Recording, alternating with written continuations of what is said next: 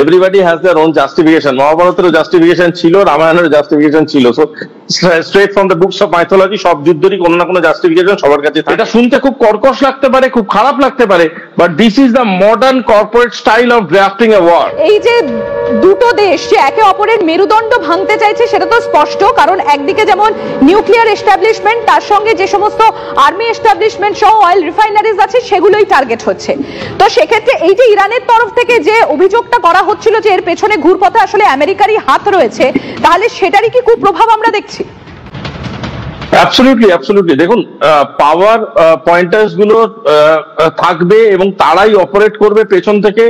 এইটা হচ্ছে কর্পোরেট ওয়ারফেয়ারের একটা নতুন দিক, এবং এই জিনিসটাই বারংবার করে চলেছে। এবং শুধুমাত্র সাপোর্ট বলে কোনো কথা আগামী দিনে ওয়ারফেয়ারে থাকবে না। যেটা থাকবে সেটা হচ্ছে endorsement and investment behind the war. এবং ওয়ারটাকে, যেটাকে আমরা এতদিন ধরে যুদ্ধ বা কনভেনশনাল টার্মসে কনফ্লিক্ট বা এরকম ধরনের ঘটনাচক্রে বিভিন্ন শব্দ নিয়ে আমরা ব্যবহার করে চলেছি, আগামী দিনে সেটা কিন্তু is a style of investment. I am investing on a country to wage a war on the other country, যাতে করে আমি আমার ট্রানজাকশনাল প্রফিট করতে পারি। এটা শুনতে খুব কর্কশ লাগতে পারে, খুব খারাপ লাগতে পারে, but this is the modern corporate style of drafting a war.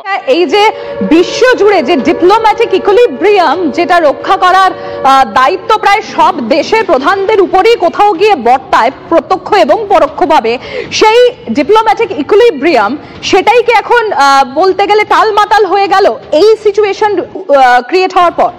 দেখুন, আইডিয়ালি ডিপ্লোম্যাটিক ইকুইলিব্রিয়ামের কথা সব প্ল্যাটফর্মেই বলা হয়। আমরা নিজের কানে শুনেছি, মানে G7, G20, আগের দিনেও, আগের সময়ও শুনেছি বিভিন্ন প্ল্যাটফর্ম লাইক ইউনাইটেড নেশনস বারংবার তাদের সব প্ল্যাটফর্মেই বলে creating stability, practicing diplomatic equilibrium.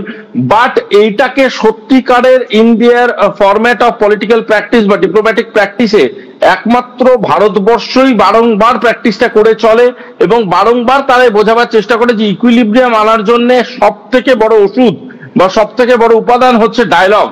You can't hit a bomb and then start a talk, better let start a talk and then go ahead with it. এটা দিনের পর দিন এই প্র্যাকটিসে আনা ব্যাপারটা ভারতবর্ষই করে চলেছে। আমাদের কাছে ব্যক্তিগতভাবে এটা খুব দুঃখের যে বাকি দেশরা এই ধরনের ডিসকাশনে পার্টিসিপেট করলেও যখন প্র্যাকটিক্যালি সেটাকে ইমপ্লিমেন্ট করার জায়গায় চলে আসে, তারাও কোথাও না কোথাও গিয়ে সেই বোম, গুলি, বন্দুক এর উপরেই ভরসা করে। এই যে গ্যাস ফিল্ড, অয়েল রিফাইনারিজ একের পর এক টার্গেট হচ্ছে, আদতে দুই দেশ তাদের শক্তি প্রদর্শন করলেও আখেরে তো ক্ষতি আমাদের মতো সাধারণ মানুষের, আম আদমি। দেখুন, সব থেকে বড় হচ্ছে ইকোনমিক জোন বা ইকোনমিক স্পাইনে অ্যাটাক করা ইজ দ্য নিউ ওয়ারফেয়ার, যেটা ইসরায়েল, রাশিয়া, ইউক্রেন সবাই practice, even Iran, everybody is practicing. এই যে স্পাইনটা ভেঙে দেওয়ার যে প্র্যাকটিসটা তারা করছে, তার মূল উদ্দেশ্য হচ্ছে যে ইকোনমিক করিডোর গুলো তৈরি হওয়ার আগেই টুকরো করে দেওয়া বা তৈরি হওয়া বা চলমান ইকোনমিক করিডোর গুলোকে হ্যাম্পার করা। সেক্ষেত্রে ইরানের যে গ্যাস ফিল্ডে যে অ্যাটাক গুলো হচ্ছে, সেখানে যে বাকি দেশগুলো এফেক্টেড হচ্ছে, সেটাকে যে কেউ খুব মানে ইজিলি বলে দিচ্ছে it is a collateral damage.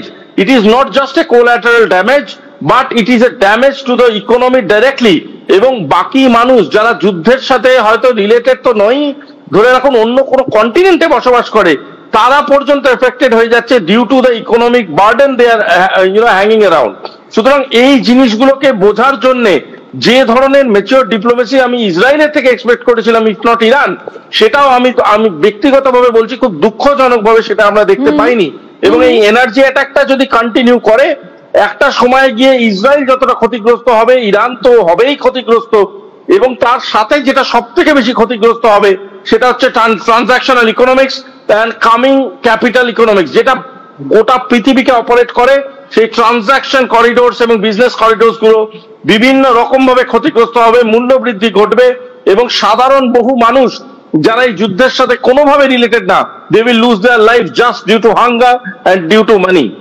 ঠিক যে বিষয়টি বলা হচ্ছিল, মানে একে অন্যের মেরুদণ্ড ভাঙতে গিয়ে একটা চরম ক্ষতিগ্রস্ত ভবিষ্যতেরই হাতছানি দিচ্ছে। তো দেখুন, স্পাইডারম্যানে একটা ভীষণ ইম্পর্টেন্ট লাইন আছে, with great power comes great responsibility.